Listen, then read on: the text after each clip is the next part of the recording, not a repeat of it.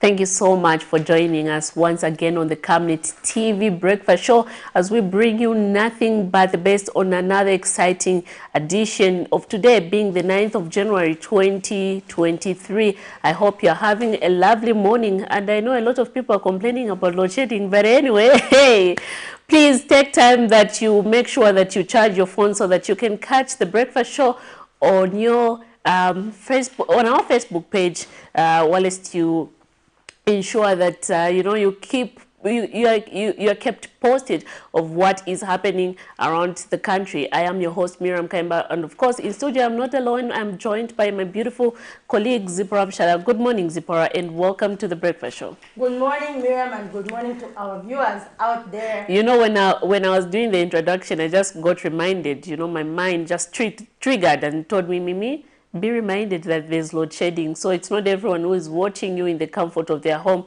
Others are watching you on their phones. So, yeah. And we thank God, for the internet. At least it brings us closer despite, all the challenges of load shedding. And I even saw a joke the other day saying, Zesco is trying so hard to announce or explain why there's load shedding on TV, forgetting that no one is watching TV. Exactly. Anyway, that's something that is interesting. If you can manage, do catch us on Facebook. But Miriam, of course, the issue of bundles, maybe these service companies should consider reducing the price of bundles. I think that's a good thing. They should consider looking at the current situation that we're in. Everyone is affected badly. Yes, definitely. Anyway, today at 7:30 we're going to open our phone lines, and we're going to expect your calls, you as our viewers, on your take on the new load shedding schedule by Zesco, because we have been told that they have introduced a staggering timetable, and so this means that there will be breaks in between the load shedding. So do you think it is a good move? Should they just go back to the 12 hours straight load shedding? Are you in support of the short breaks, 6 hours, then power comes, and then 6 hours? 6 hours power goes again. Yeah, and at 8 hours, we're going to be joined by the Zambia National Union of Teachers, Public Relations Manager, Mr. Gordon Maseka, to just help us discuss 2023 expectations for the education sector. So do join us in these interesting conversations. But Miriam, before we start our day as usual, Zipporah, this is where we start with exercising with the fitness puppy. Exactly. I hope it's him this time around. We try by all means, to keep fit. And last year you were telling me and the viewers out there that, we need to exercise every day in the morning, and you made it one of your resolutions for this year. I hope you're doing that. I won't ask you today. No comments. I won't ask you today. But anyway, if you didn't do that in the morning, you can join me and our viewers out there as we, exercise with the fitness puppy this morning, so that we keep ourselves fit and running for the day. Right about now, we'll go direct into our morning boost, and we'll be right back.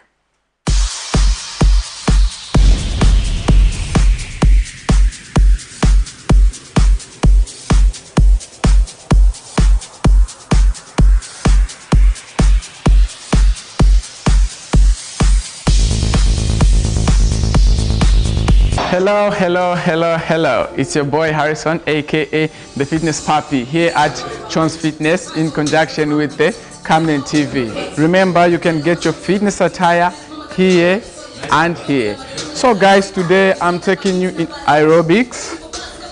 We can go now, a 2-minute aerobics, okay?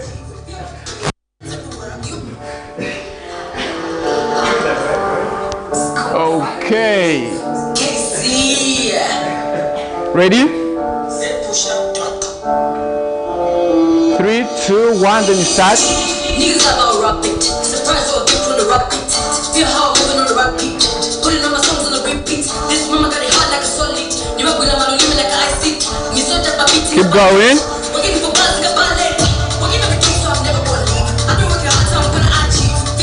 So after this, you do the 1-hand jumping jacks. Get ready? 3, 2, 1, let's go.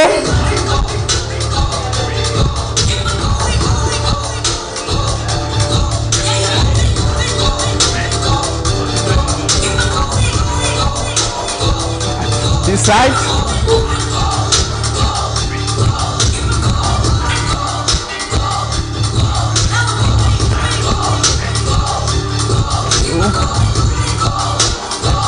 Okay.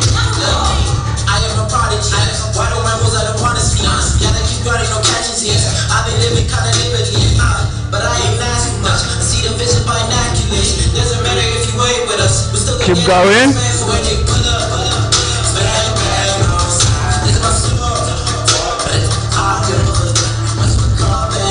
Get ready. 3, 2, 1, we go. 1, 2, 3, 4, 5, 6, 7, 8, 9, 10.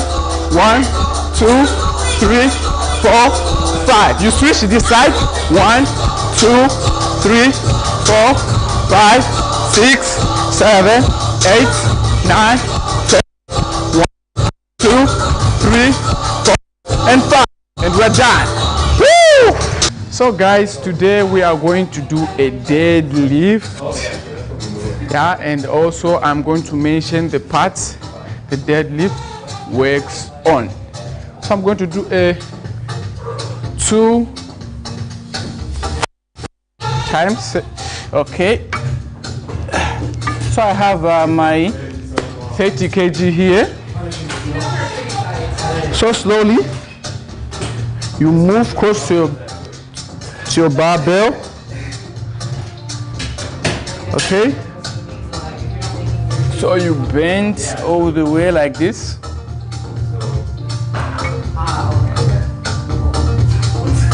We go. 1, 2,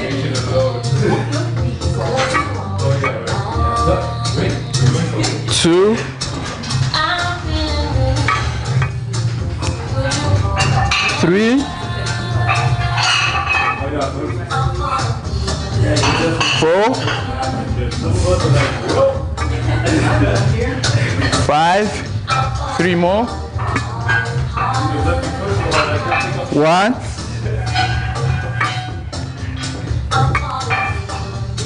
2, and 3. Okay, I've done 8, and I would like to tell you the parts the deadlift works on. Actually, the deadlift is a full body workout. It works on your core, the arms, the lower back, hamstring.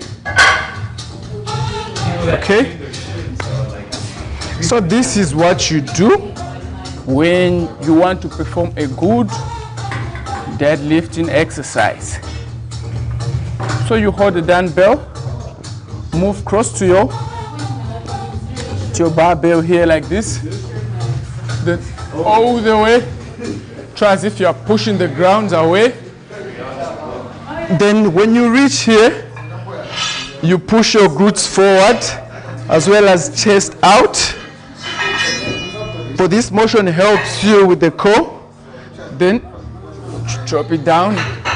So mind you, let's take for instance you are using an overloaded barbell. So the advice I can give you, it's when you take it up like this. So instead of you going down all the way like this, so when it reaches here, then you go for another lap. You go for another lap. For this kind of action really helps you for your lower back here. Okay, let me do the last one. I go 1, 2, 3, 4, 5, 6, 7, 8, 9, one more, and 10. Okay, that's it for today. You've been with me, Harrison, aka the Fitness Papi, here at Chons Fitness in Kablonga. Remember, you can also get your fitness attire here. Bye bye.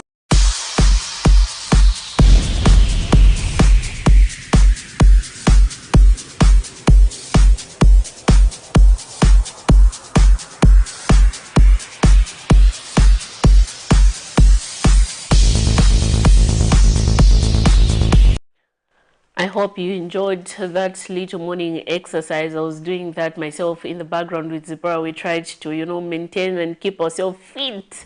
Zippo.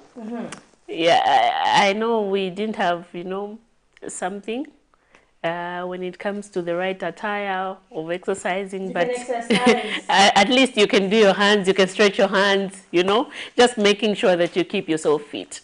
Yeah, and healthy. Talking about healthy, this is where now we come to the doctor's corner. Well, let's see what the doctors have for us this morning with regard to those healthy tips that they have continued to bring us.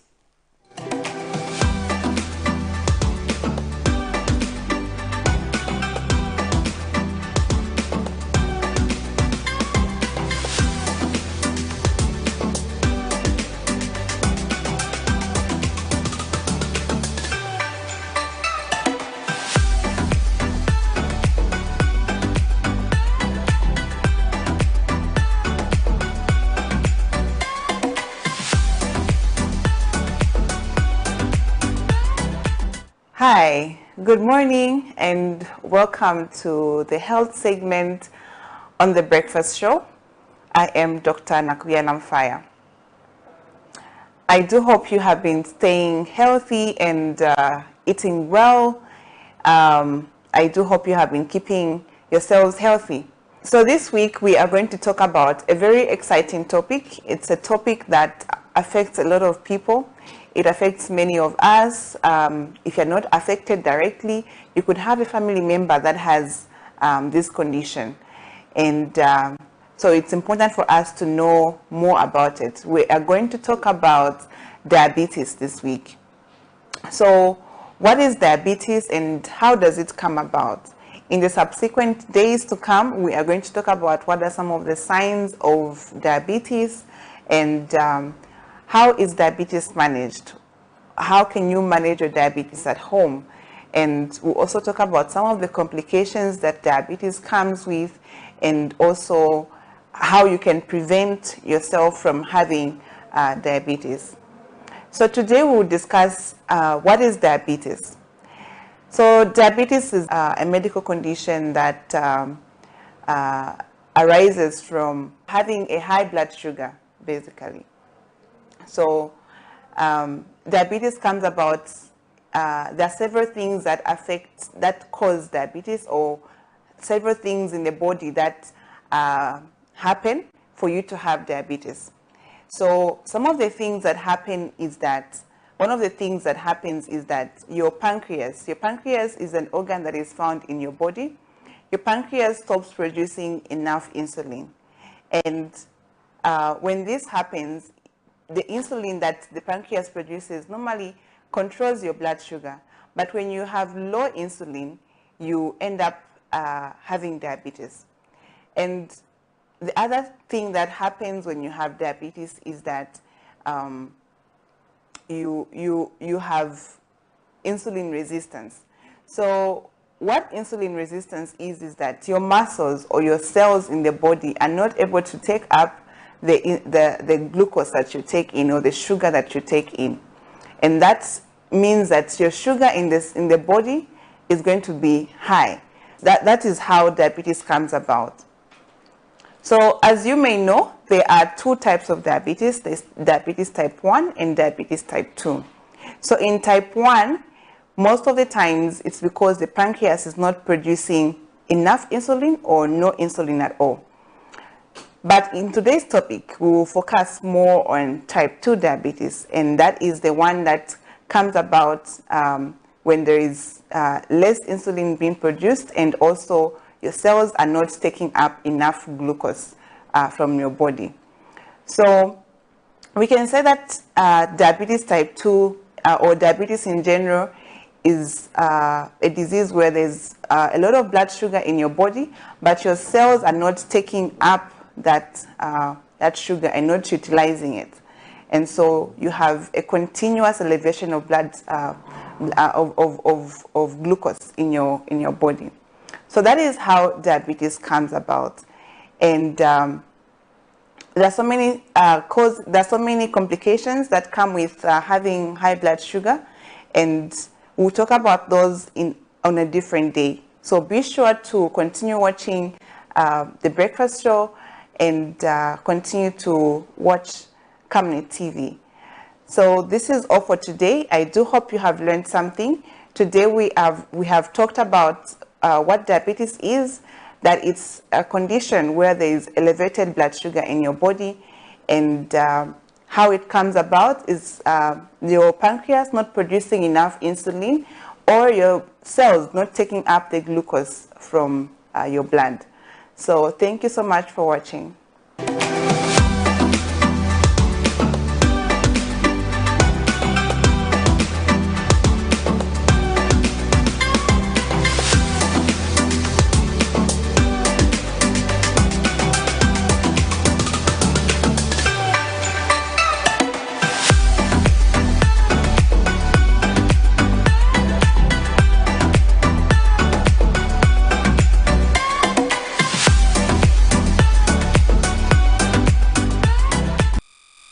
So that was your Doctor's Corner. I hope you learned one or two things from there. Anyway, moving on, Miriam, we take a look at today's money market to know how our kwacha is faring this January of 2023. So let's just take a look at how our kwacha is faring against major international convertible currencies.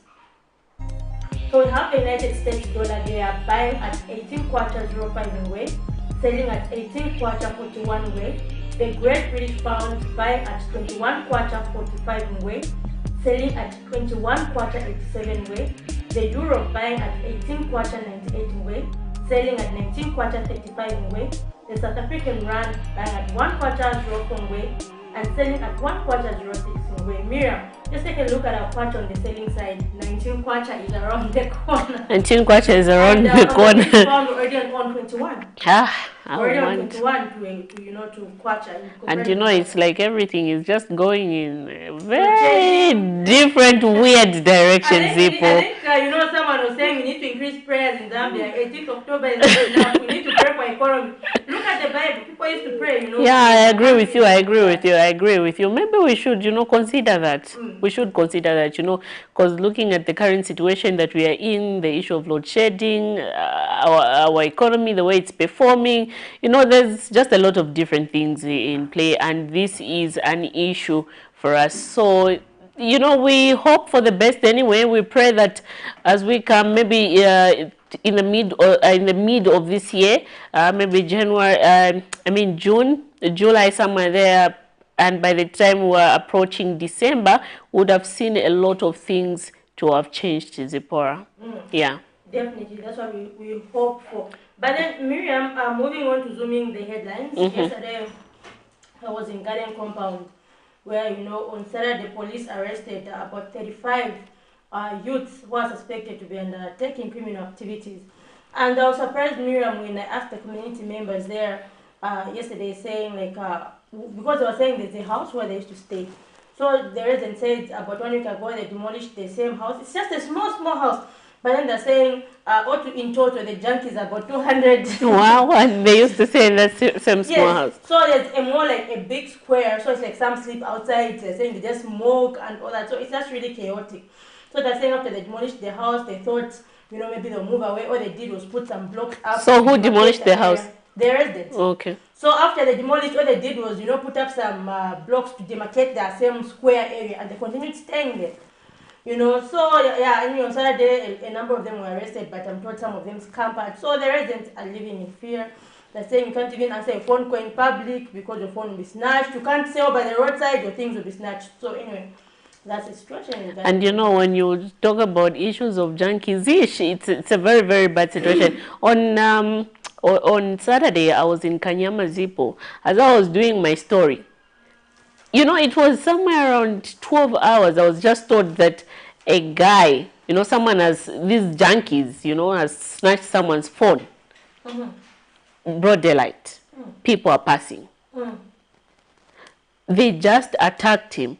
And then I'm like, but where's the spirit of Ubuntu? When you see someone being attacked by these junkies, why not come to their rescue? No, Zippo, but would you just stand there and wait for someone to be killed? Maybe that person will be resisting, and then at the end of the day, the junkies has a knife, and then they end up stabbing that person. What I've learned, Miriam, from my experience in the junkies is Ask you for your phone. Give them your phone. Before you know it, a knife will enter your stomach. No, but That's you know what? happens. You know what? This is a bad thing, a bad mentality that we should remove from people. We cannot say so no. Police have to act yes, them. they have to do that. I mean, I'm given a choice between, why should you resist between being killed and just give people should phone. come on board and help you. So to get you together. No, people you know what? When people come together in group to beat them up, they'll run away. Maybe there are 5, and then you come, the whole entire community stands up. I remember that time we actually did come to the aid, and you can't believe it. In 2021,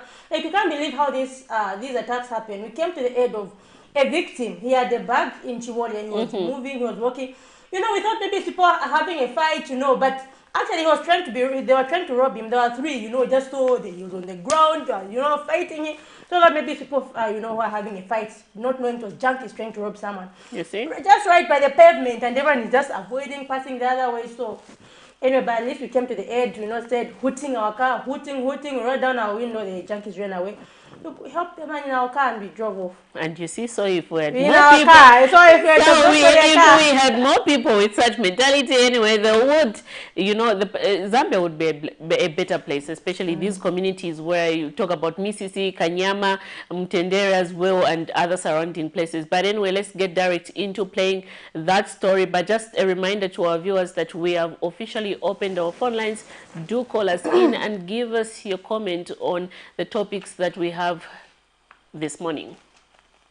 This has been the hiding place of about 200 youths in Lusaka's garden compound, both male and female, who have allegedly been terrorizing residents of this compound through their criminal activities. Community gangs, locally referred to as junkies, are common in most densely populated communities in Zambia, as many youths are known to be jobless, hence resorting to abusing drugs and carrying out various criminal activities.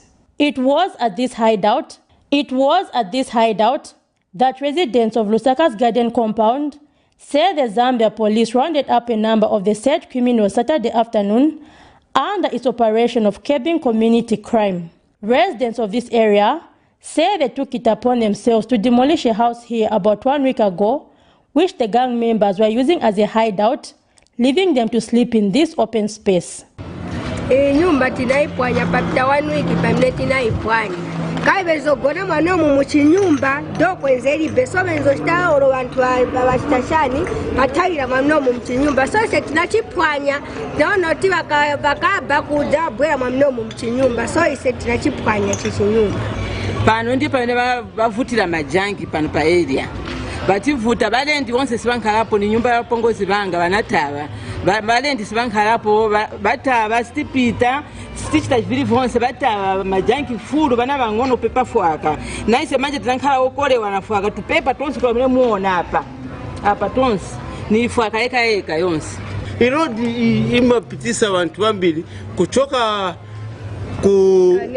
Kaneri kuja ku Olympia kapera bachoka ku industry ku Nchito babwera antio kuchipata compound uko so bantu sibankara free e road kafoni okankana kafoni so sinkara kumanja watu tacheka foni mtopotea kwa che ba makafoni batenga bae so at least government imetandikira mwena bwera mairo. One woman, however, feels the operation is not fair, alleging that even innocent people are being rounded up, as her grandson, whom she sent on an errand, is also one of those who was arrested. Watu wanagwiriwa nze pano namtuma pakona hapo natikandetele ndrama kuli wankongo anamgwirira pamoja so hapa amayo akaenda ni mzukuru amayo akapa akonka ku police namayirenze kwa na explain anamvera kapokola tili mwamene kai chantenzo wagwira tikapeza ni bambiri so banyamata ni balinkezi benze kugwira. Meanwhile, Zambia Police Deputy Spokesperson Danny Mwale has explained the operation. And this operation was conducted yesterday, January 7th, 2023, between 10 hours and 15 hours. 35 of them were picked, and among them 4 were found with cannabis. We have since engaged the Drug Enforcement Commission to make sure that these are scrutinized and charged accordingly. He has further warned all criminals of the full wrath of the law once convicted. Zipporah Mshala, Camnet News, Lusaka. Quite a sad story there, but anyway, we are glad that the police would, came into action and, arrested these junkies. And it's a very, very sad situation to the residents who have continued to live in fear. But I hope that a complete cleanup exercise will be done to ensure that, all these people are taken out, because Zipporah, in as much as others have been arrested, I could hear the trauma that the residents are still going through, that they're still living in fear. Yeah. And maybe if you heard the last woman there, the woman who asked to be filmed halfway, she was scared for her life. If you heard her, she said according to what she was saying, even innocent people are being rounded up. She's saying they are just arresting anyone as long as they're found in a group. So she was saying, no, I sent my grandson, to go and buy something, and I was told that Kanyama police, he's at, Garden police, So she's saying, I don't know how it came to be. We talked to the police, they said they found him standing near a group. I don't know how true that is. I don't know how true. Is part of the maybe gang. her son, yes, maybe her son is part of the gang. She might not know. You know how these grandmothers are, very, very lenient on their grandchildren, but she might not know that the grandson is, he has been in bad company for quite some time. Just because there's a group and you're standing near a group together. But the thing is, why would you want to be near that group? Exactly, that's my question. Said, no, because everyone is in fear of that group. Anyway, we have a caller, Zippo. Hello, good morning.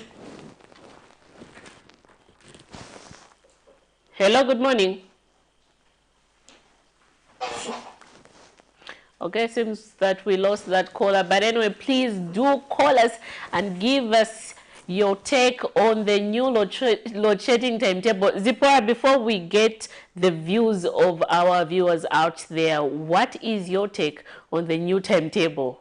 Basically, for me, I was like, okay, what is this? Yeah, because it's more, for me, I think it's more inconveniencing. It's better power goes for 12 hours straight than, it goes, is it 23 hours to 5 hours?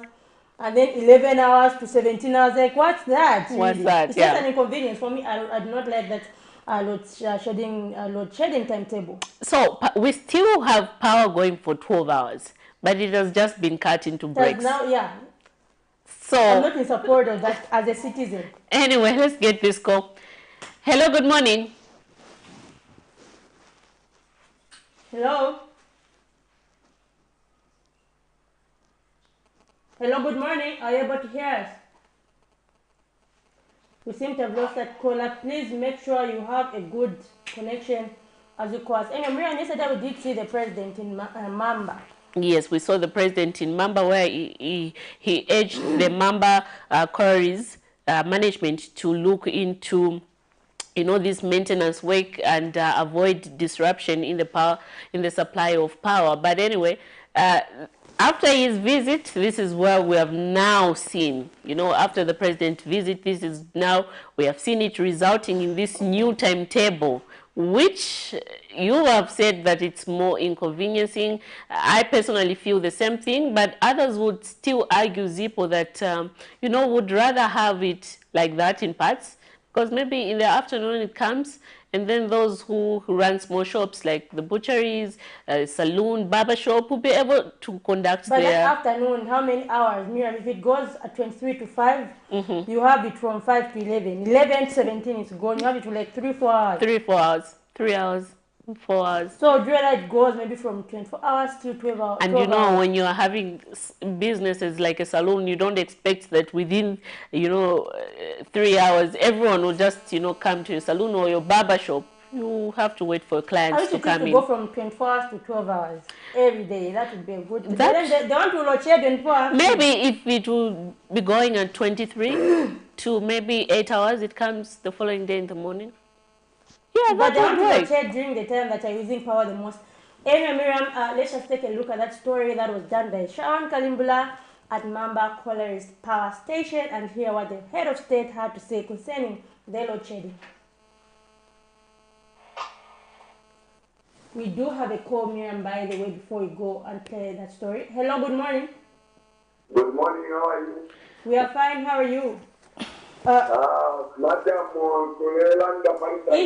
kindly tell us your name and where you're calling us from. Okay, kuti mwatweva atshani. Kuti mwatpera comment yenu. Not shedding is too inconvenient. If you're drinking, using Mumayanda, in an Israel, when I car, it's so that we have one balance with more. The incident must not reduce our hours. Yes, we know there is no order there. Like to be stuck. But we have to share for our hours.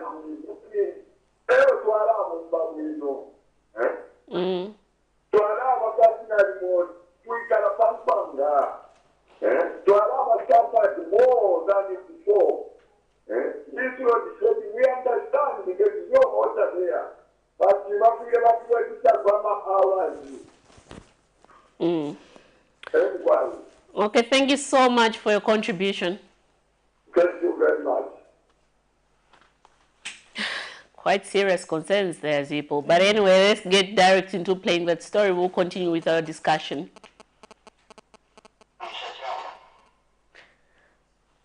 Anyway, I think we will have to pick up that one last caller before we play our story. Hello, good morning.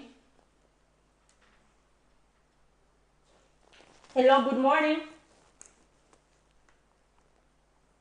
Ma'am, today we seem to be having a very bad connection. I don't know if it's the rain or, but anyway, please call us back and contribute on a topic of discussion. But just now, let's take a look at that story from Mamba Collieries.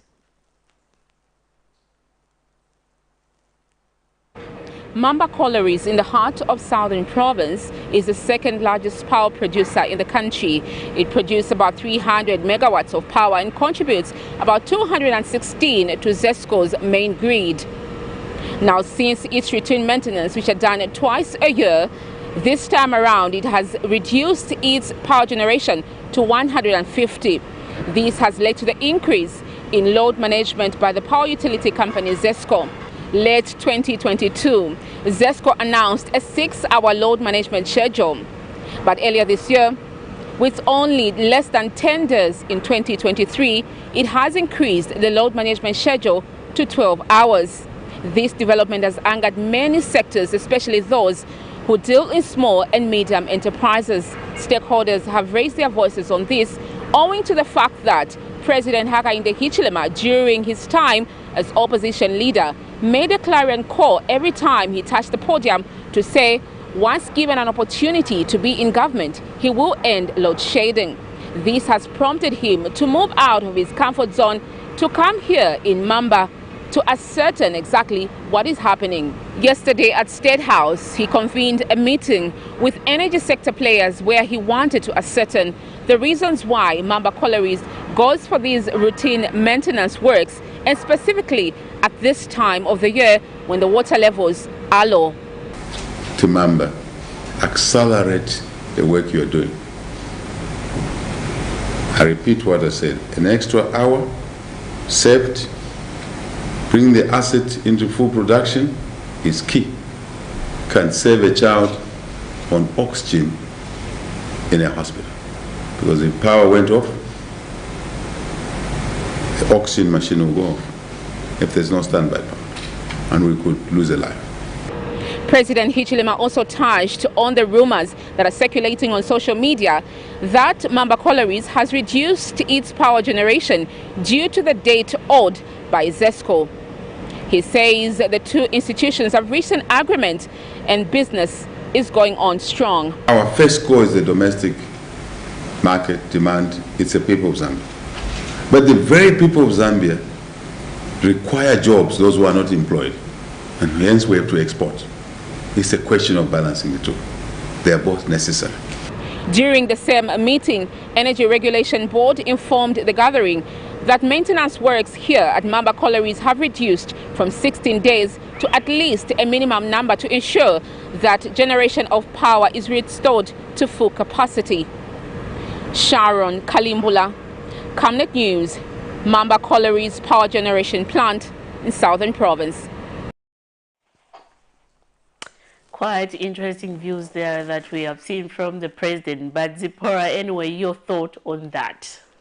Yeah, Mira, my thought on that, anyway, as we heard that from the journalist who was reporting, where Zambians are challenging the president, saying every time he hit the podium, radio stations and other, media platforms, when he was in a position, he always indicated that, he always, gave a formula of how he was going to end load shedding. Exactly. Actually, we played one last week, Miriam, where he was saying, is it some friends who have some money to support him once he enters power to end the load shedding? So people, those are the questions. Last time we did play. So this is a reminder. Where is that money now? Exactly. This is a reminder that where are those friends?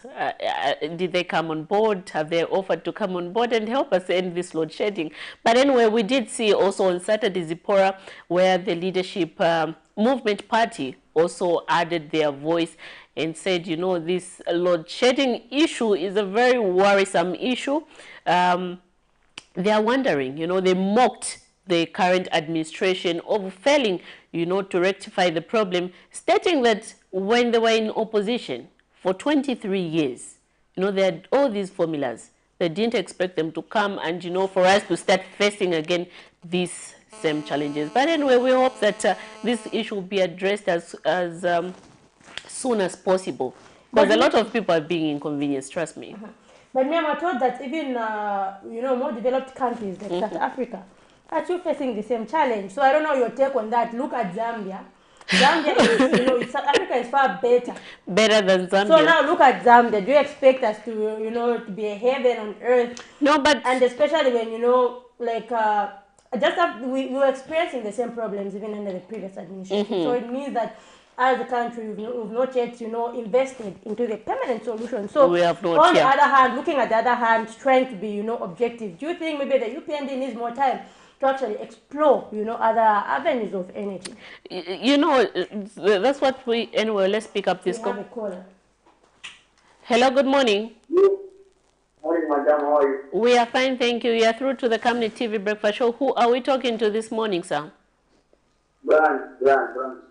It's good to know that you are watching us. Please go ahead with your contribution. Yes, I just wanted to contribute something. Please go ahead. Yeah, I was checking it's just something that is from something that. When you say this effort to help Zambia, especially the ESCO group, there are people that are there for them, they are not the people of Zambia. Well, remember, the result of that sentence, when I get it, it's all about this, Zambia is not one. So, if I get the question, you just come in, I'll be saying the next thing. What is the way they make a baby? You go there and you know what's going on. Because something that was said is a little so just you don't get there, no, we have done that, no, you think of no what is going on. So I don't know where it's going like that. Because it's for one of those things, it's a different work with a big. Just suppose they did a big there or do that to your government, you don't no, you don't know what to do there. What were they doing when you tell me? They compare them to you. They're the ones. Yeah. You are very going on with the business. And yes, you are saying no, what way you just let them in one way. That's what I think to you. You know what they're doing. You just advise them to do what they can do. It's not what you do. But people are saying that people are doing this to get for you. Not everything that you do is the thing on you. Why are we saying one thing? It's clear. Question is just this. But why are you saying it? Let's never find it. You can't walk and something you can do.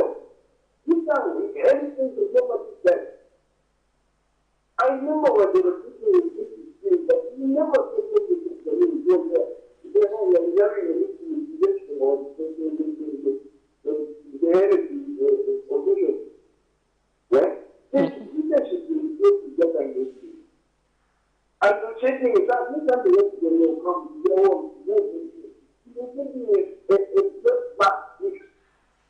Bring back these resources.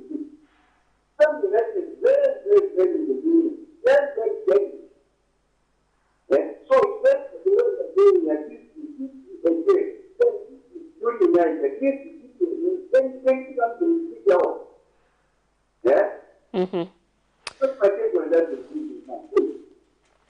Thank you so much for your contribution, sir. Thank you. Quite interesting there, Miriam. And really, as our viewers would like to hear your view on the, the breaks that have been. The new timetable. I hope our viewers have seen that. Maybe Miriam, we can just put us up to speed with the new timetable that ZESCO has released and really the reason behind it. Or maybe let me just go ahead. Okay, where, please go ahead. This was released yesterday by Zambia's Power Utility ZESCO, saying ZESCO Limited has restructured the load shedding exercise by staggering each outage to a minimum of 6 hours per period. This entails staggering of the current 12 hours into a 6-hour break. The change schedules are intended to provide customers some relief and will take effect on Monday, 9th January 2023 until further notice.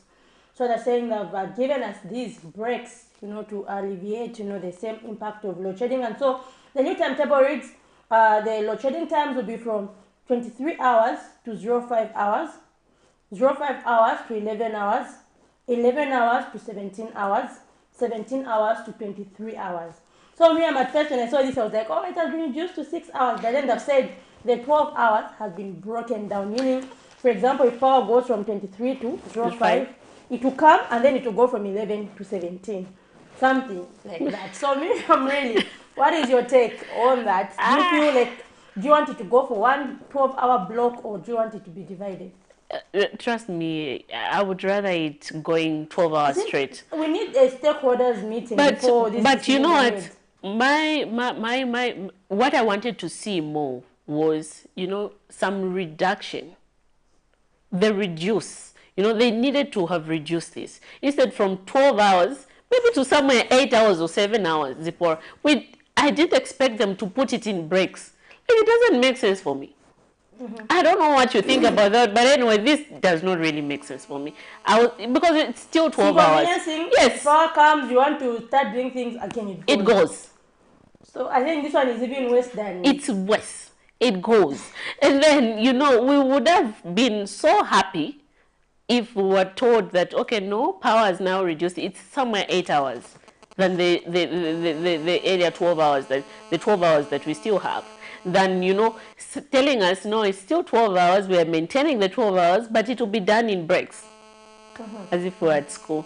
Anyway, quite interesting. Then look for us and let us know your view on the new load shedding timetable where ZESCO says they will be taking away power for 6 hours, bring it for a few hours, and then take it away. What is your view, really? And Miriam, looking at the latest data from the Ministry of Labour and Social Security, we see that. Anyway, let's pick up this call. Good morning, madam. Good morning, sir. How are you? I'm all right. I'm following the topic. Please tell us where you're calling us from and what's your name. I'm Sir Jackson. I'm calling from the Second Garden Compound. It's good to know that you're watching us this morning. Please go ahead with your contribution. What is your take on the new load shedding timetable? Load shedding has been there for many years. It's not new to us. It's okay. Even people, the PF did not even talk about the load shedding, because they even started Zambia exactly. You go and relate in Tarifa. So it's keep quiet. It was there, and we'll be used to that.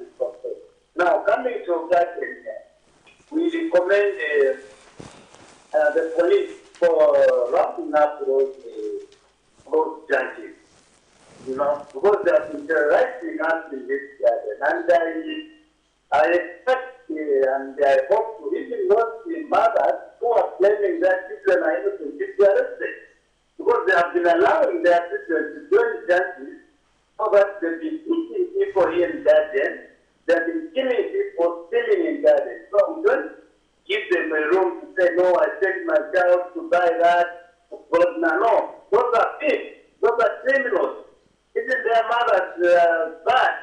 supporting junkies. They should also, when they come to bring food or they need to come and claim that this is innocent, they should be locked up.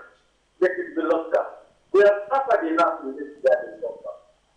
Thank you. Thank you so much for your contribution there. Quite interesting observations, Miriam. And I was saying just a few weeks ago, I was at an event for the Ministry of Labour and Social Security where they were giving the latest statistics. And they said, is it about 73% of Zambians are in the informal sector?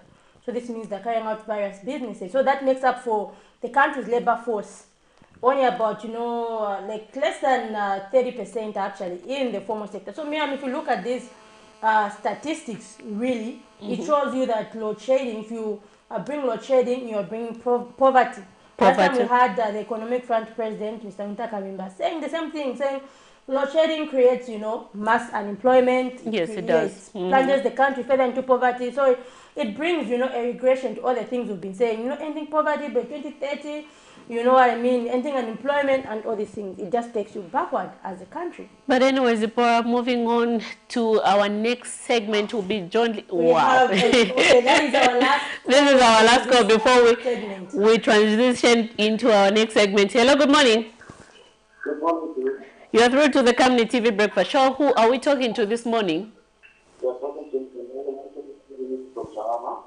It's good to know that you're watching us this morning. Please go ahead with your contribution, sir. Yes, please. There's climate change, which we have in place now, that is globally. And clearly, because of the climate change, we're taking to be there, that we should not condemn even the government. But also, the rest of our nation,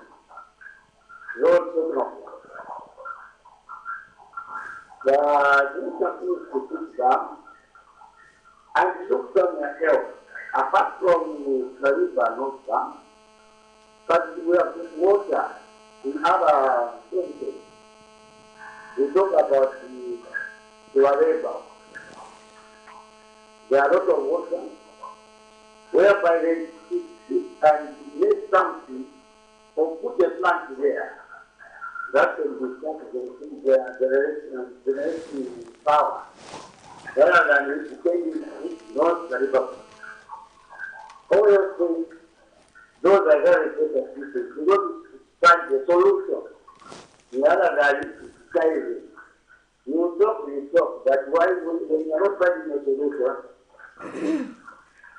it's nothing. So the best management, they should see and protect which projects can you go and put a plan so that this power will be generated. And we should also avoid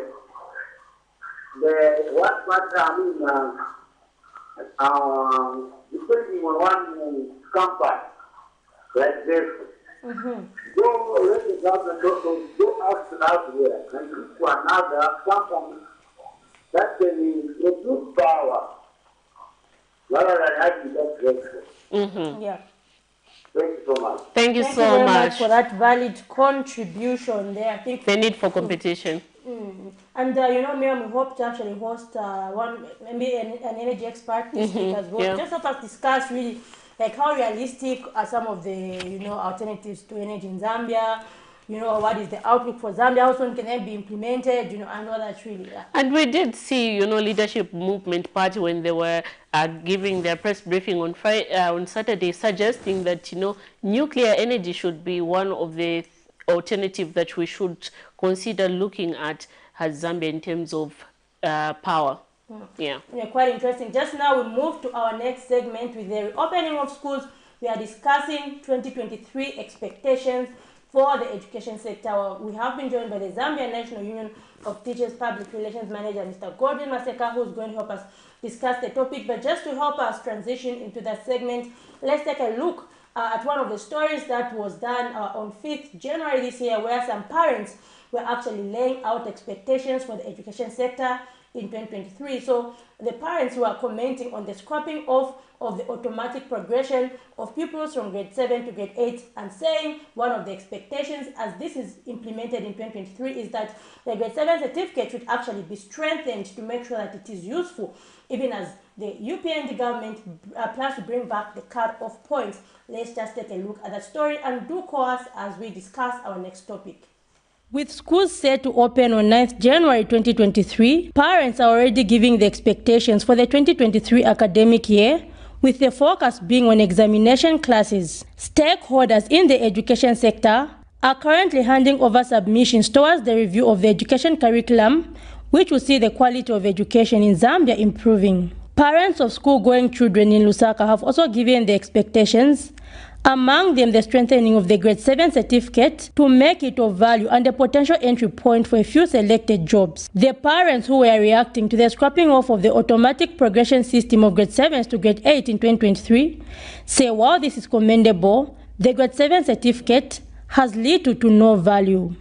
So sininga kambire kumbali jakuti muzi wa life ya madezi yavuta ife bena ngutishita mapisi weki kulibena ngwali makampani yakuti baona kona bana bamasi maona maika so ife watu babiri mwe wana pasira okestikana bafunika bapitirize bwati siri bwino icho ngadi nanzera funika kuchuka paja pantu abwera mu grade 2 grade 3 grade 4 na batate bake bashita improve ati mwana wanga na chani ani nanzera manje ufike mucha grade 8 ayumirire mu grade 8. Others have welcomed the reintroduction of cut-off points for grade 7s effective 2023.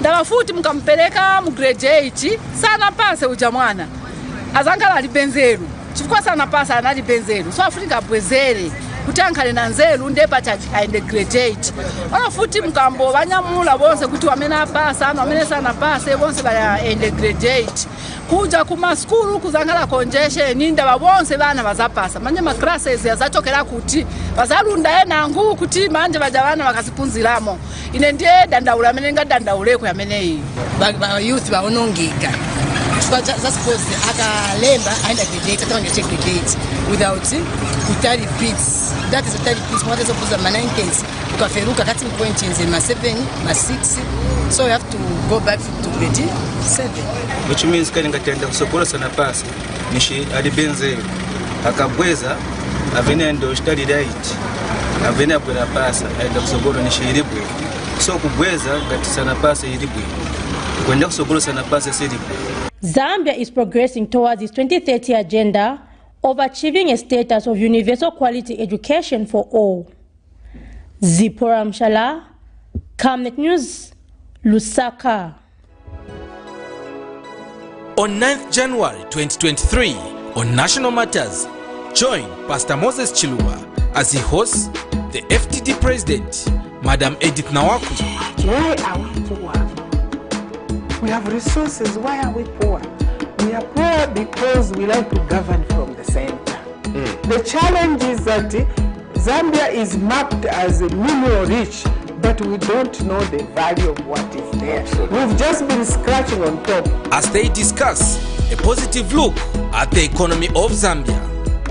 Invite others to participate through phoning on Skype, Zoom, WhatsApp and text messages. On DSTV channel 274, GoTV channel 98 and Topstar channel 106. Make a date with us. Camnet TV, not just another channel. Thank you so much for still staying tuned to the Camnet TV Breakfast Show. We have now been joined by our guest in studio this morning, who is coming from the Zambia National Union of Teachers, ZANUT Director of Public Relations, Mr. Godwin Maseka, who is going to help us discuss this morning with regard to expectations of the education sector in the year 2023. Their views on that. Good morning and welcome to the Camnet TV Breakfast Show. Good morning and thank you very much for inviting me. We are glad to have you this morning.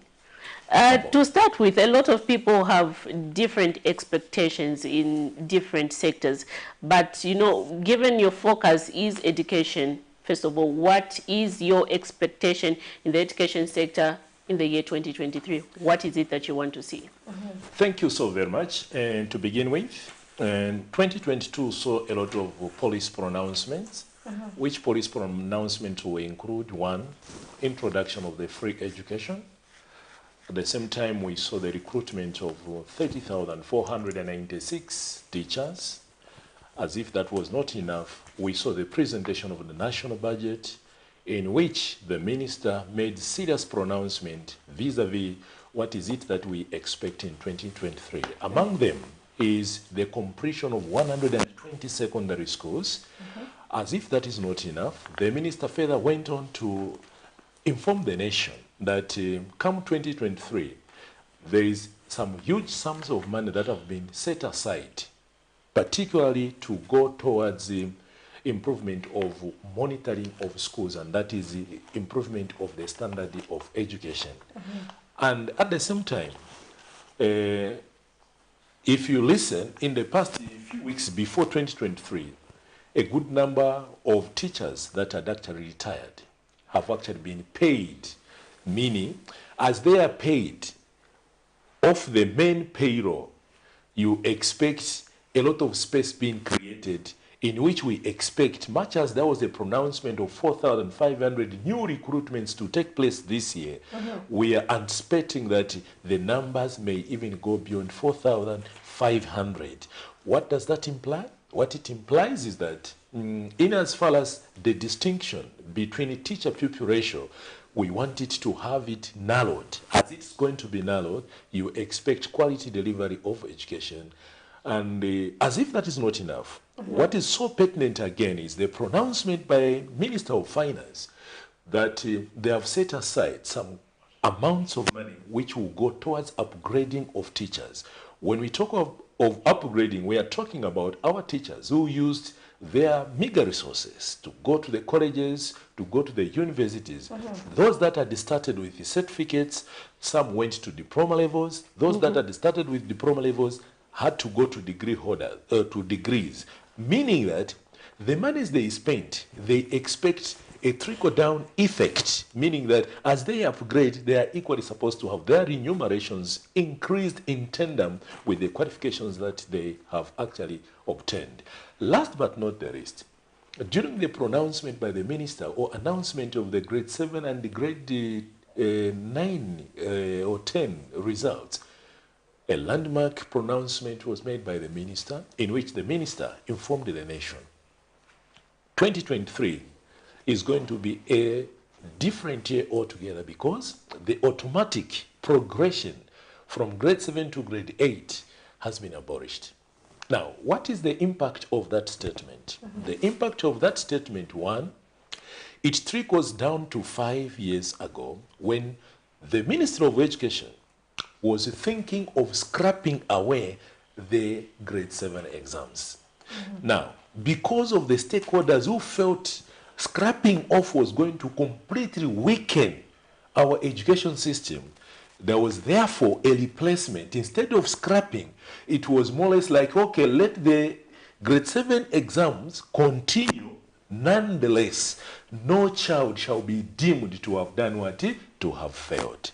And hence, the automatic progression, which went on almost 5 years now, up to the last time when the minister made that landmark pronouncement. As stakeholders, in particular Zambia National Union of Teachers, we received that one wholeheartedly, not because we are biased and not concerned with what is it that is going to transpire to the children that would have not made it. One of the things that we need to appreciate is that automatic progression made a serious impact in as far as the quality of education is concerned. Dear colleagues, you agree that we seem to have a challenge when pupils, all of them, progress to grade 8. You are saying those that are not able to read and write will be given the chance to pull through. When they reach grade 8 and 9, what's the impact? Those that are not able to read and write, the rate of failing at grade 9 was almost seen to be too high. And this translated into the teachers to say teachers are not doing what is expected. The nation must be well informed. If you go back even to 1950s, going forward, you are going to agree that what transpired for you to move from sub A to sub B, you were expected to have passed that progression test from one grade to the other. When you reach standard 4, it was the homework, meaning for you to go to the standard 5, sorry, you were expected equally to write an exam for you to go there. That's why at that particular time, our dear parents will tell you that at a standard 4, a pupil was even more than ready to read and write and be able to write letters on behalf of their parents. The same progression is what we are talking about. Now, we seem to have a challenge at this juncture. Why is it that we become interested at grade 7 to say pupils are not able to read and write and they progress to grade 8? Is that the best benchmark for us to make an assessment that learners are not able to read and write? No. We need to up our games. The issue of what we refer to as breakthrough at grade 1 level, it's where when our learners are being taught on how to read and write, for them to progress from grade 1 to grade 2, we have a term called breakthrough, which breakthrough implies this child is able to blend letters and be able to pronounce or form words. When we get satisfied, it is at that juncture that we need equally to pay particular attention. Are our teachers who are handling these learners who have just gone into school at grade 1, are they able to make our learners break through before they proceed to grade 2? Now, what is it that is in there between grade 1 and grade 4? Between grade 1 and grade 4, we are saying what the nation, in terms of the policy, that all these learners are subjected to our local language until they reach grade 4. Meaning, we teach our learners our 7 local languages which are known. At this juncture, we expect that by the time our learners will now go to grade 5, it becomes even very easy for them to appreciate English words, because what they would have consolidated from grade 1 to grade 4 is enough to make them be able to spell, to make them be able to read and write. By the time they reach grade 7, each and every child is expected to be competitive because they will be able to read and be able to interpret what they are writing. Now, I'll take you back to grade 7, the issue of grade 7, the automatic progression. Now, a lot of people would have raised concern. We were in the community, I think last week, where people raised concern that, you know, despite pupils learners are made to write these grade 7 exams, the certificate itself does not hold any waters. It's not as strong as grade 9 or grade 12. You cannot, you know, use it to gain a job, you know, as a general worker or something. Should we continue having these exams? Those were the concerns. Thank you so very much for that wonderful question. One thing that we would appreciate, just like I've already alluded to, is that our education should be competitive. Even you as a parent, when you see your child progressing from grade 7 to grade 8, you must be excited that, yes, my child has made headways. What is it that will make the certificate strong to warrant this child be given an employment?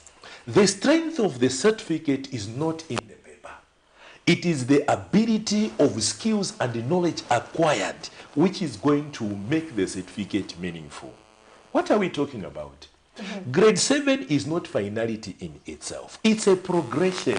The child does not yet. You see, we are developing the cognitive aspect of this child so that when this child acquires certain concept, this child is able to transfer to another level in which they are going to again pump in more concept for this child to academically become sound. What is it that we are saying? When you listen to the minister so very carefully, the minister put it in black and white. At grade 7, when the child does not make it to grade 8, we are saying this child must be given yet another chance. Meaning what? The concepts the child is supposed to appreciate at that level have not yet been accomplished by that child.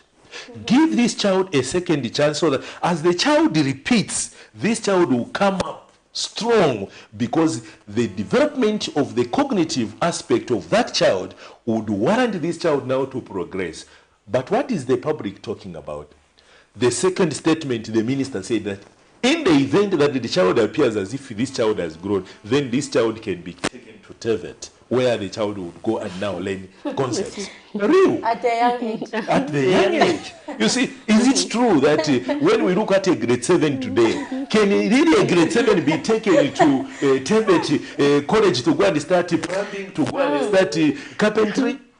You and me, we know we are not coming from Jupiter. We are coming from Earth, where we stay with these children. They are too small. They are still in the development stage. We want to encourage our parents. The problem we are also having is the pressure which is coming from you, our dear parents.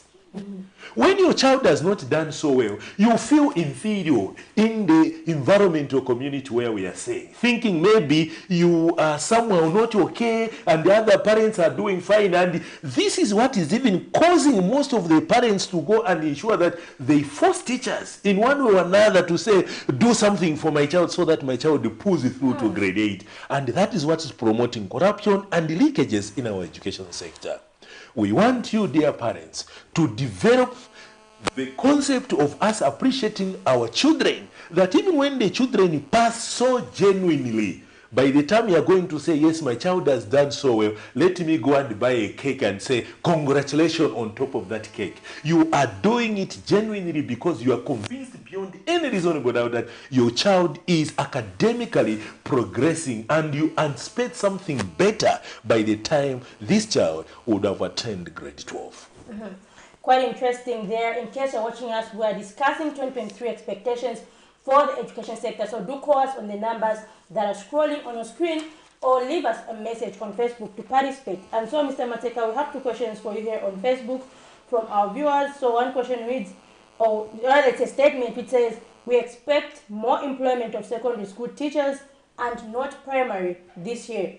And the second one is in line with the education curriculum review, which says, what is your take on unnecessary subjects as Zanut? So those are the 2 questions. They're necessary subjects, isn't it? So I think it's what to do with the ongoing education curriculum review. So the first on the employment of teachers, secondly on the subjects. Well, we're learning about Chaka Zulu. Chaka Zulu and all that, yeah. Thank you so very much. Allow me to tackle the first question on the employment of more secondary school teachers. We thank you so very much for that question. To begin with, yes, government has promised that they are recruiting 4,500. I'm quoting the Minister of Finance as per the pronouncement at the time he was on the floor of the House presenting the national budget. That is our expectation. More teachers ought to be employed. Dear colleagues, I've already alluded to, why are we always crying that children would have automatically progressed to grade 8 and yet they are not able to read and write? The foundation of any given house is what is critical for the lifespan of that building. Which foundation are we referring to? The foundation of education. In this nation, previously we had completely neglected the preschool. All we were thinking was the starting point is purely grade 1. But preschool creates a base to make this child be ready to enter into education sector on which the basis or the foundation would have been created enough for this child to come and start absorbing the concept starting from grade 1.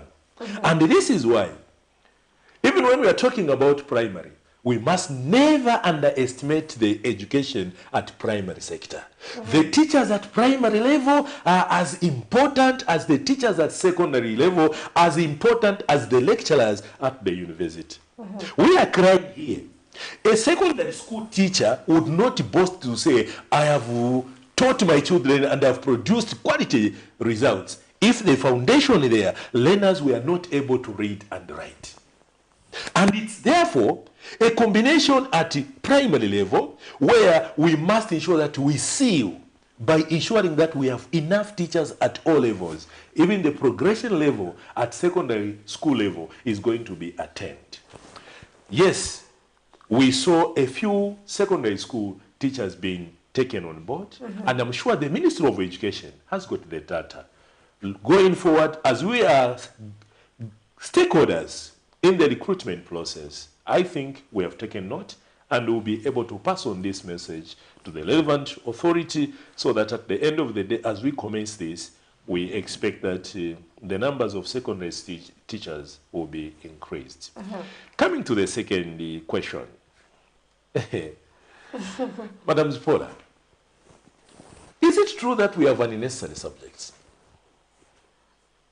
We don't know the viewer. The answer according to the viewer. is no. I've gotten the two of you saying, such as Shaka. Those are the questions which people have been posing. Yes. A nation without history is a dead nation. What do I mean?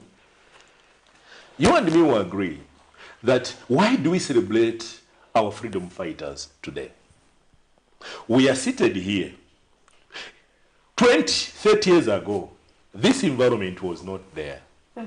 But I listened carefully. I'm one of the keen followers of Camnet TV. Pastor Chiluba was preaching that other Sunday, and I sat listening and following. He was saying, during that time, if we were to pay no a situation which is not there today. Are you getting? But when he's referring to the past, he's giving us how best can we therefore make a transformation from where we started from up to where we are. And therefore, as we are engaging in the review of curriculum which has already started, what is it that we want to look at that is going to make our curriculum formidable and responding to the current needs that we have global-wise and national-wise? In the review, as we are reviewing this curriculum, what is it that the nation needs to appreciate? One, our curriculum is anchored on two curriculum pathways. Which are these? We have what we refer to as academic career pathway, and we have what we refer to as vocation career pathway. Now, these two were created considering, one, those children who are academically sharp. And then we have the vocation career pathway. We are saying we still have the children who are very good at psychomotor skills. When I talk about psychomotor skills, we are talking about hands-on activities.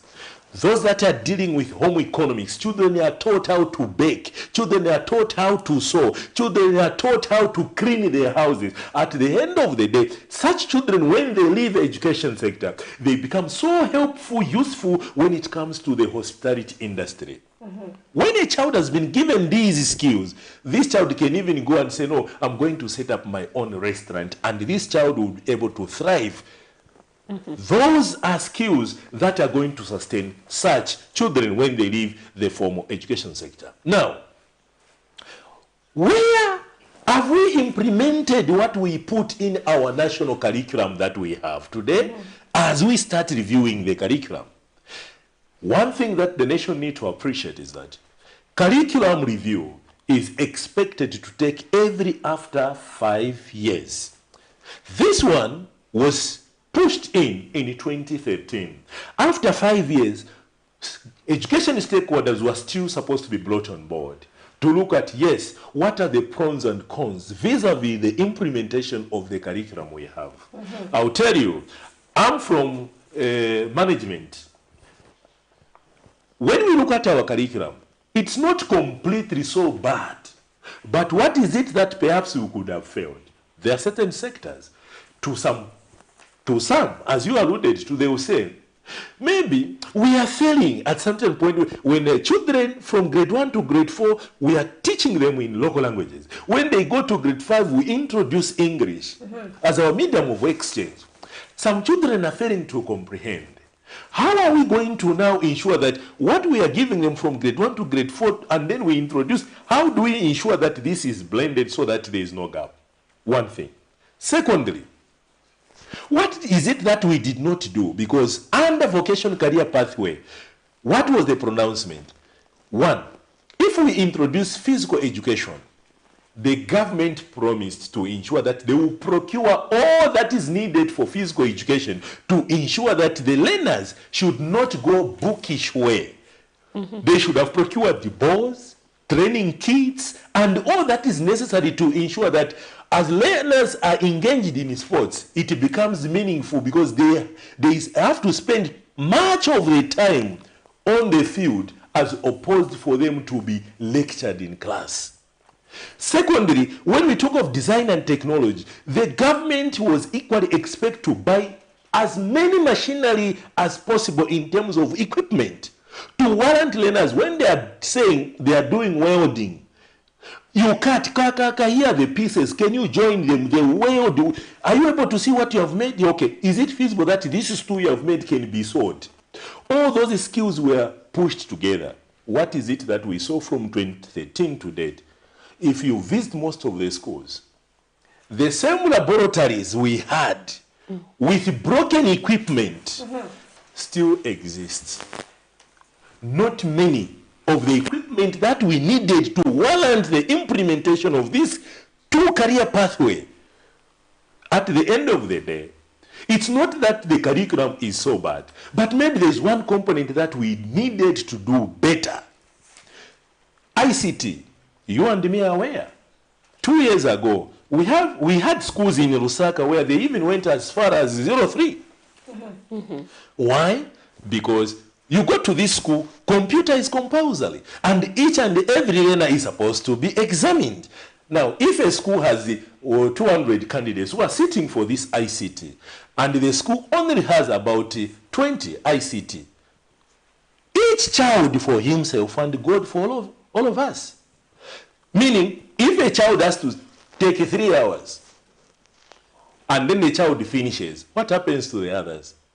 And you only have 20, and you have 200. When you divide 20 into 200, you're saying, these should be 10 times. How many hours are you going to spend? Hence, we ended up extending the time of the learners to ensure that each and every learner writes. What was the reason? You quarantine some. As these finishes, they must not interact with these who have been quarantined. That's a way of trying to preserve the leakage. Are you getting? So, the numbers of ICT equipment, not enough.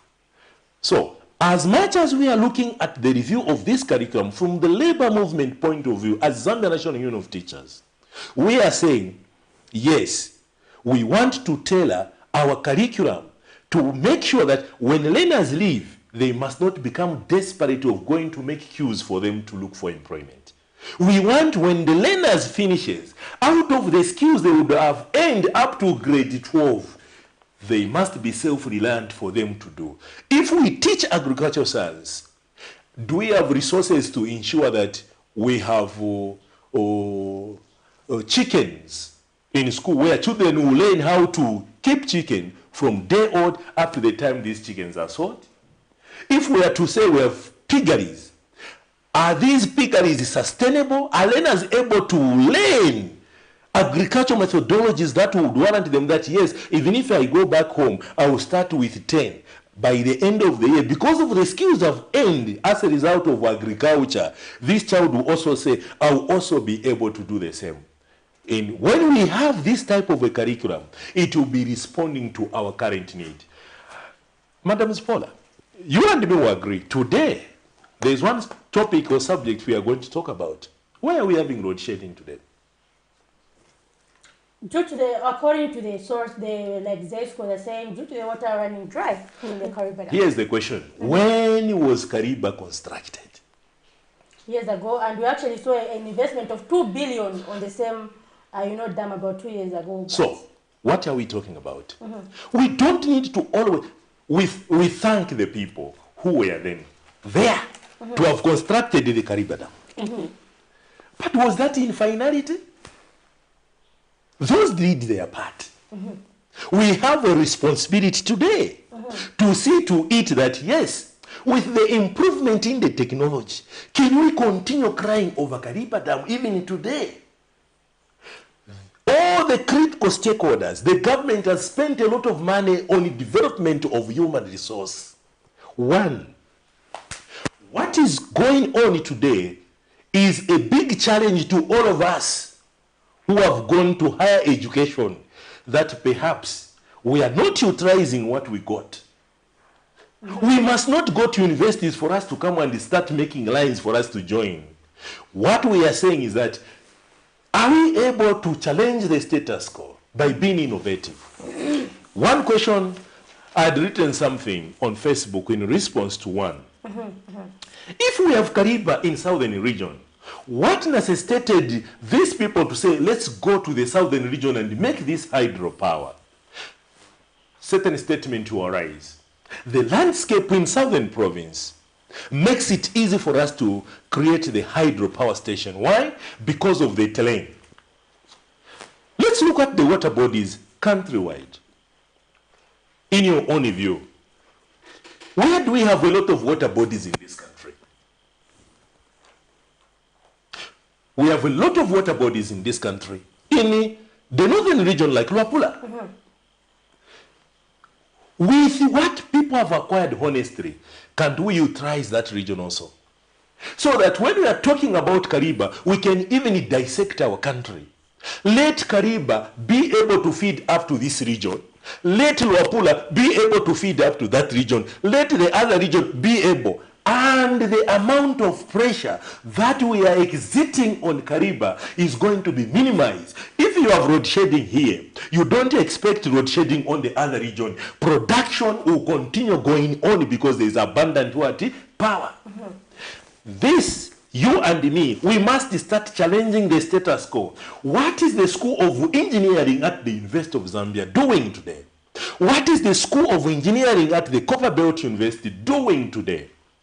Let us utilize the knowledge that we are pumping into the students, that when they leave from the universities, this is the review of curriculum we are talking about.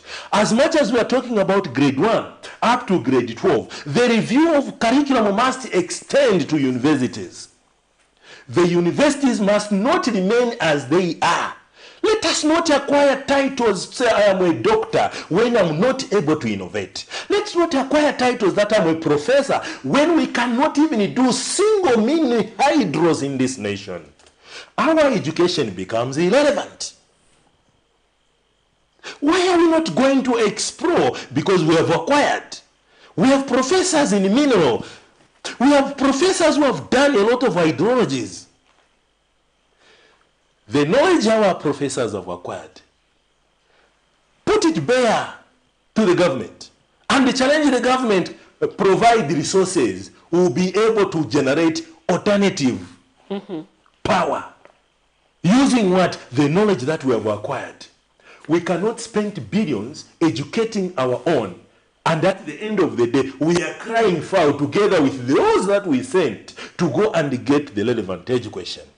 So now we are challenging everyone. Now, talking about load shedding, what do you think is the impact of load shedding on schools? We are aware that schools have now opened, and in schools we have subjects like ICT subjects, and this is a requirement that we also see learners, taking it as part of their exams during the exam time. And with this current load shedding thing that we have at the moment, what do you think is the impact? Thank you very much. The question that arises is that, for you, I am a keen follower of what is trending. At the same time, I become happy. Certain times, I become sad. What has come to me is a blessing. We need to think through this. Now, one, the impact is obvious. Where our learners are supposed to spend much of the time to ensuring that they practice. You and me agree. ICT is a subject of practice. You don't practice, the skill acquirement, the rate at which you acquire the skills is retarded. And therefore, it will impact negatively. From the time load shedding started up to now, I believe that we have not gone beyond 10 days. And I'm sure it is our clarion call to the government and all stakeholders that let us cry less and let us take this opportunity to go innovative way. For schools, I'm sure grants are there. As responsible officers in all the institutions where these issues of ICTs are, we must go into plan B. Which plan B? If it means us having some gensets, we need to have gensets so that when that time comes, we are expected to perform experiments in the labs. We are expected to do ICT programs. We can switch on the gensets as an alternative to ensuring that we don't slam down in terms of us ensuring that learning is disrupted. Secondly, we are saying we can go for an alternative. Which alternative are we talking about? Our God is so faithful to us. The abundant sunshine that we have here, in other nations, they don't have it. Let's go an extra mile in investing into solar, so that solar will become a little bit cheaper.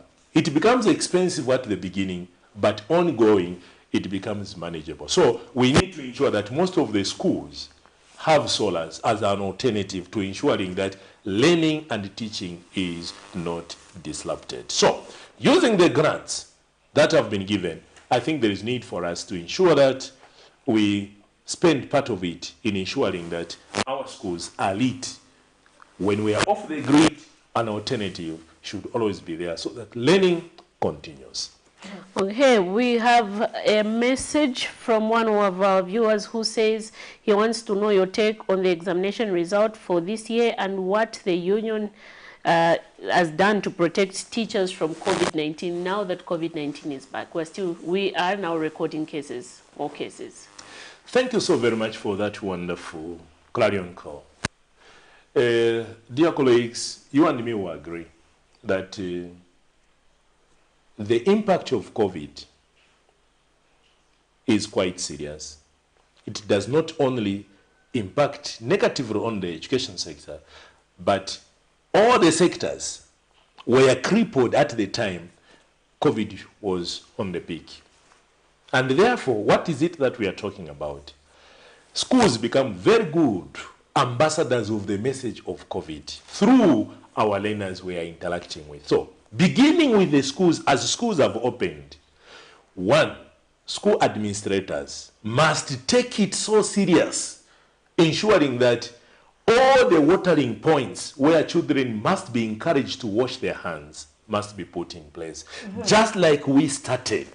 Secondly, we must ensure that as much as the government is going to provide the grants, dear parents, let us ensure that our children are provided with masks. When you go on the Facebook, many people are saying, I am back. What I am holding now, I am back. Yes, it is back. It is reminding us that in order for us to minimize the spread of COVID, even from our homes, we can equally spare 1 or 2 masks. Remind our learners or our children to ensure that it is in the best interest of our children. You and me will agree. The immunity of our children compared to the adult, there is a very serious distinction. Most of us adults, our immune system has weakened because of various ailments that we undergo. Our children may become carriers, but because we have not taken adequate measures, they will transmit to us whose immunity is mostly by virtue of our age has reduced. And the impact becomes even more because when the breadwinners leave, our learners become vulnerable. If we don't handle those situations so well, we find that they will find plan B and we are going to flood the roads. And then the language changes, street kids. Which street kids, as a street, got the potential to produce? The answer is no. It's the impact of the breadwinners, perhaps who would have gone as a result of COVID, that our children now find plan B for them to start fending for themselves. we don't want to go to those stages. We would appeal as a labor movement that as schools begin today, dear head teachers, dear district education board secretaries, let's ensure that our schools are secured. Let's put all the necessary measures just as they were given to us by the Ministry of Health. Even as we are beginning the term, let us ensure that we begin on that note so that our children go out there and speak and spread the message that yes, we need to ensure that we protect ourselves from COVID. And once we do that, our economy will start thriving. If we again get too much resources, push it to COVID, even the issue of load shedding we are talking about will not be given the due attention that it deserves. We need the resources so that these resources can equally be spared on so many other sectors for the betterment of our nation. As we come to the conclusion of our program this morning, it reminds me of one thing. Last year we saw and 2021 we saw when we have high cases of COVID-19 cases being recorded in the country, we saw a lot of schools, pupils, close schools because of this impact which it had on us as a country. But are we likely to see that situation once again, that if in an event we continue to record high cases of COVID-19, are we going to see a situation where now pupils will be required not to go to school? Or is it part of submissions, part of your submissions that you are doing for the review? Have you considered submitting on that as well, on how you are going to mitigate this and address this? Thank you so very much. To begin with, COVID had serious impact on our nation. And every time we're reminded of this, when I look at great men and women who are so critical to this nation, whose skills we have been deprived as a nation, it's not good. And my prayer is that may God consider continuing to be as merciful as he has continued, that we don't need that COVID to be as it was, and that we'll heed to the guidelines being given by the Ministry of Health. And coming to the other question that you had asked, what is our take on the exams? The recently pronounced or announced results, when you see, there is a trend which is one encouraging to us. One, a good number of the candidates that were entered, both at grade 7 and at grade 9, if you follow the analysis, were girls, isn't it? Meaning, the girl child has started receiving attention, and which attention we are looking forward to, saying, as signatory to the SADC protocol and the other international protocols, the gender equality principle should be put in place. Meaning, if I'm a managing director of a company, as a man, by virtue of qualification, the deputy must be what? A woman.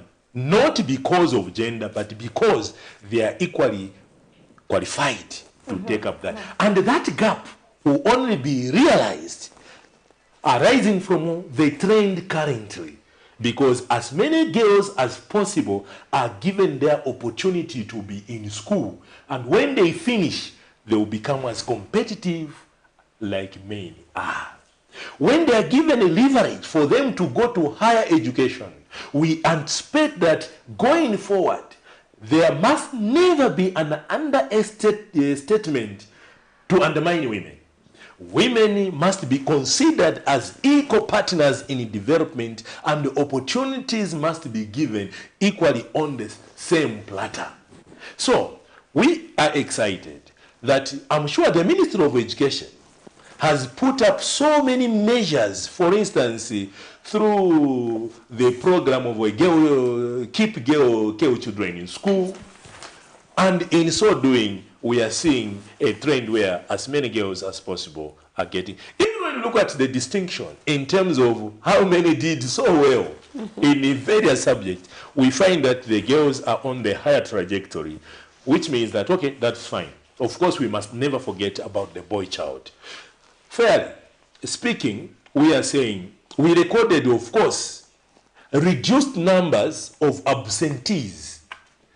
That is also another plus. The West was, we recorded few cases of malpractice. About 30 teachers, of course, they are still responding to the allegations that were given to say they were aiding. Malpractice, dear colleagues, is going to eat the quality of education that we have if we don't take care. And this is why, as a labor movement, in particular Zambia National Union of Teachers, we are going flat out. As I'm speaking right now, we have 5 directors who have gone on the ground to fully appreciate how the opening of schools is. Malpractice, perpetuated by who? Not outsiders, but by ourselves as teachers. No, that is very, very dangerous. Educators are supposed to be considered as men and women of integrity. When we are talking about integrity, we are saying, what is it that you can do in privacy? The same thing that you are able to do in public, where you say, yes, I'm not going to be ashamed. And this is what we are saying now. You cannot say, me, I am an invigilator. Invigilator of what? Invigilator of an exam. Who has set that exam? It's yourself. Why have you set that exam? Setting of an exam implies you want to appreciate how far the children have gone in absorbing what you gave them. And therefore, the genuineness in you evaluating the performance of the children will give you a good stamina to appreciate it. Yes, I've done a good job, and therefore we must go to another level. And this is why when you go to a document called the syllabi is aligned in such a way that you begin from simpler. By the time you reach a harder cause, children would have gotten the concept as you are combining these concepts. In combining this concept, you are saying, I want to appreciate how these learners are appreciating this. Now, you have set a test, you go to give your children, they say, question number 1, the answer is there. Question number 3, the answer is on or under. What are you achieving? You are misguiding yourself.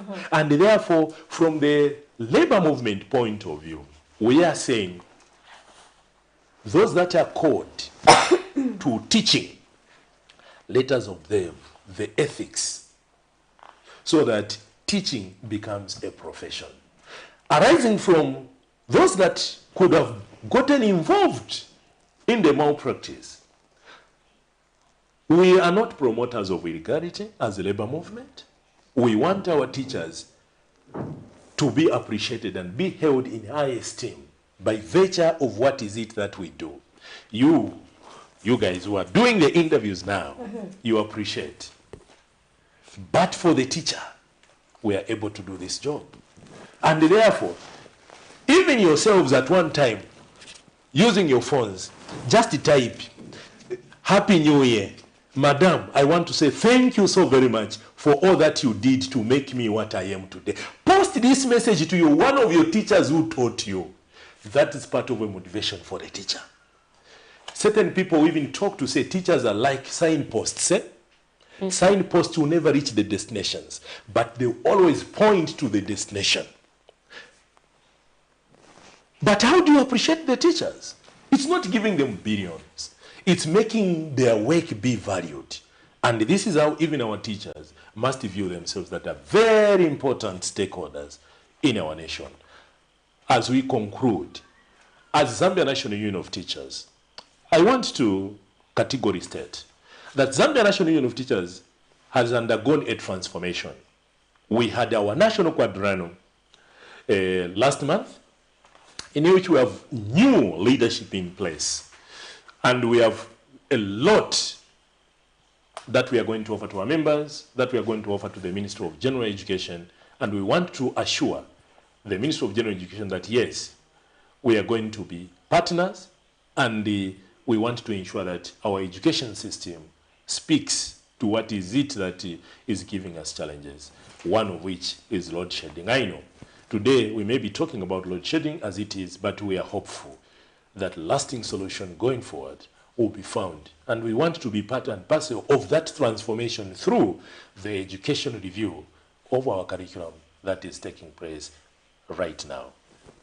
Quite interesting there. We've had a very, very fruitful discussion, and thank you to our viewers also who left us, various messages to participate in our topic. So we've seen a number of expectations for the year 2023, even as we hope to improve the quality of education in Zambia. Thank you very much, Mr. Maseka, for coming through. It has been very educative. And my colleague Miriam, I'm sure I can do the conclusion now.